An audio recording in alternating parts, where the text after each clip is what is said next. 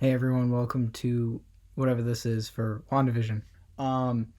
So there's a lot I really want to say about the show, and I want to talk about the fan theories.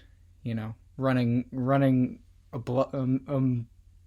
I can't fucking speak, running rampant, and everyone being kind of disappointed. And like the truth is, you know, sure we kind of set ourselves up for failure. I mean, sure, we just got the rights back to Fantastic Four. Like, we weren't going to get John Krasinski as Mr. Fantastic or, um, you know, Mephisto. Well, we could have gotten Mephisto. I still don't know why we didn't get that. But, like, we weren't going to get Magneto or any of that. It just wasn't going to happen. But I want to talk about the show, like, as it is. Like, what we got and what I thought of it. WandaVision! Alright, so let's start off with Elizabeth Olsen as Wanda Maximoff, who becomes Scarlet Witch. Wow, let's take a minute and admire her beauty. She is sorry everyone, I know my simp is showing.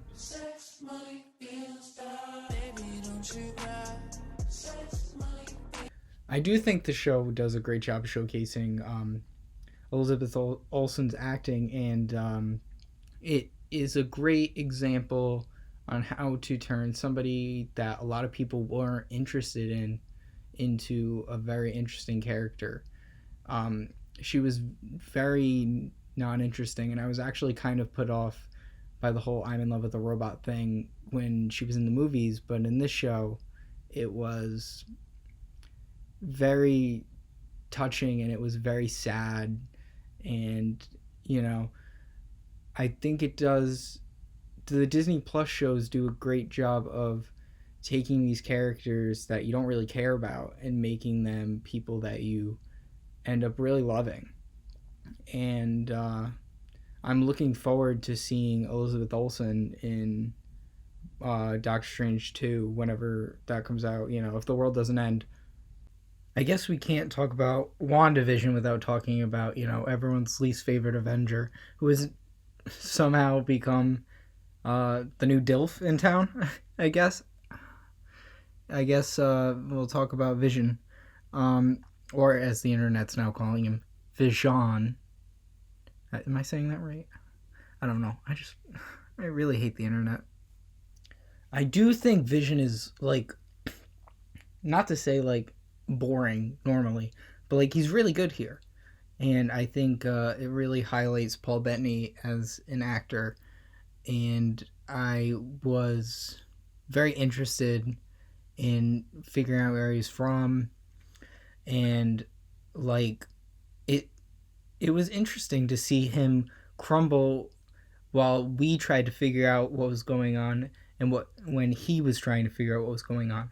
And I think this is the most I've ever really, like, given a shit about Vision. And I guess it was nice.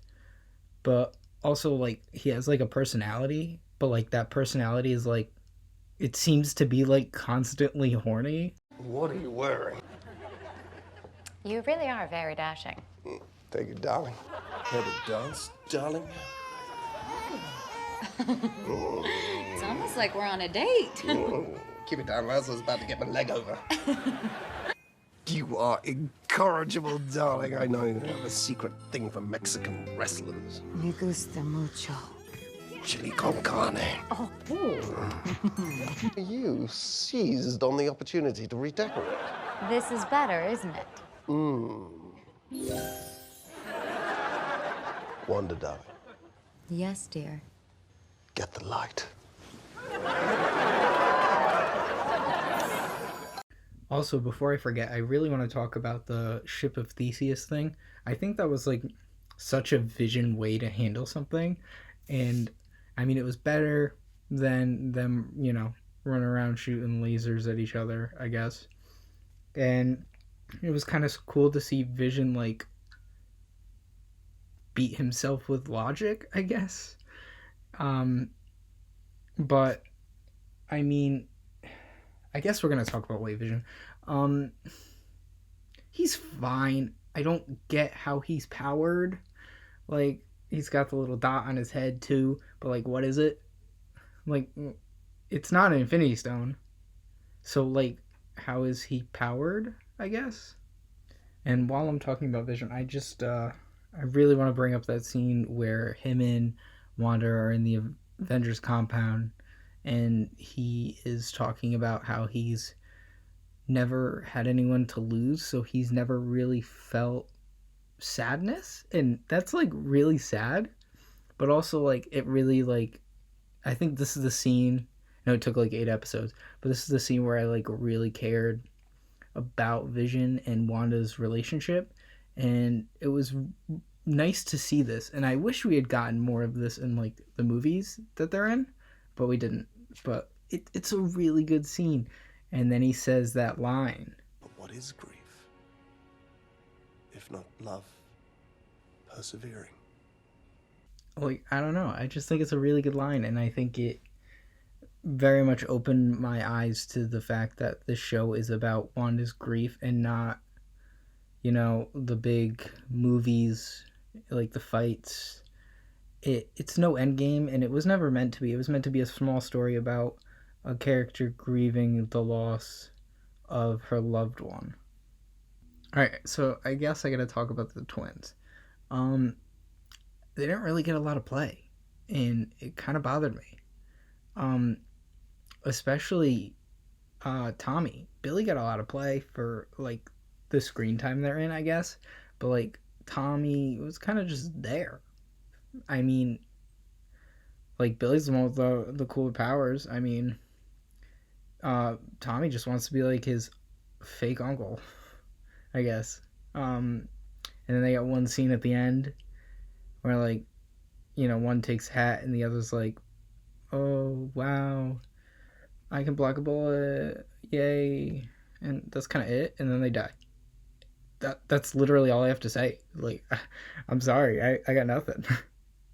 Now, this is the one I don't want to talk about. Why did they do this? Marvel. Fake Pietro. Like, it was a neat thing to start off with. Like, oh, he might not be real. Oh, it's Mephisto. No, it's not Mephisto. It's some guy named Boner. Now, I completely get why he's not the Fox Quicksilver that he played originally, because, well, I'm assuming Marvel wants to recast them when they do their X-Men movies, and maybe they don't want to use him because they technically have one. And I get like you could do the multiverse stuff, so like, you know what? I don't get why they didn't just use him as fucking Fox Quicksilver. I don't get it. I don't know what they're doing. Like, a boner joke, like, and I liked the Mandarin twist in Iron Man 3, but I don't like this one. This one like pissed me off. Like, I was genuinely upset about this. And like they even make it a plot point where it's you look different, and like they acknowledge that he looks different, and also like the friggin' captioning says Wanda opens the door and it's the Fox franchise's Quicksilver, and like what? Why do that and then have it be Boner? Like, I don't get it, man. Like, I don't know what the fuck they're thinking, and like. Who knows? Maybe he'll come back as that, but like at this point, like who fucking cares, man? Like I'm over it. I'm not even mad. In truth, I don't really want to talk about Monica or Hayward or that, but like shout out to Jimmy Woo. Love that guy. Thank God he learned the card trick. I'm not interested in those characters. I wasn't really interested in that plot line. And I don't really have much to say. I didn't even really care about a post-credit scene. Ooh, Captain Marvel 2. Like, I fell asleep in the theater during the first one. I mean, I'm going to see it, but, like, I don't want to, I guess. Like, I don't care. Also, I never really touched upon, like, Wanda controlling the town and stuff. I mean, yeah, like, it was fucked up, and she shouldn't have done it. but like she was grieving too, and like the consequence thing kind of bothered me for like a minute, and how she just goes up to Monica and goes, "Sorry, LOL," and leaves. But like I get it. Like she was grieving. Monica understood, and like she understands like she has lost everything and she needs to discover her powers as a Scarlet Witch. And I want to take a few minutes and fucking speculate. Everyone put your fucking tinfoil hats on. Let's fucking go. Um, I think Wanda's the villain in Doctor Strange in the Multiverse of Madness. Like, not necessarily like a full villain, but like an antagonist. I think she is the one who causes the issue with the multiverse, whatever that may be, because she is trying to save her kids. Like you see in that post-credit scene, she hears her astral form hears her kids calling for help, and I think that's their spirits. Like those kids were made from nothing. They do refer to the Scarlet Witch as someone who can create life out of nothing, and clearly she did. They were just tied to the hex, and now their souls are in some dimension, and hopefully they find a way to bring them back. Because I really liked, I I'm not gonna say I like them, but like I want more of them. I would like to see more. I would like them to become part of the Young Avengers team, whatever they do. And, you know, like overall. Oh, and while I'm rambling, we didn't even talk about Agatha. You know, the worst kept fucking secret on the planet. Yeah, she's Agatha Harkness. Oh my god, her name was Agnes. Like it wasn't that hard to figure out. Like, yeah, saw it coming. Wasn't that shocked. But like I enjoyed her. I hope there's more of her. I hope she is like a Hannibal Lecter type role where she helps Wanda. Maybe in Doctor Strange, maybe she's in there, and I hope we see more of her. I don't really have much to say on her because like, yeah, it was Agatha all along. Yeah, I knew that. Nice song though. I really like the series.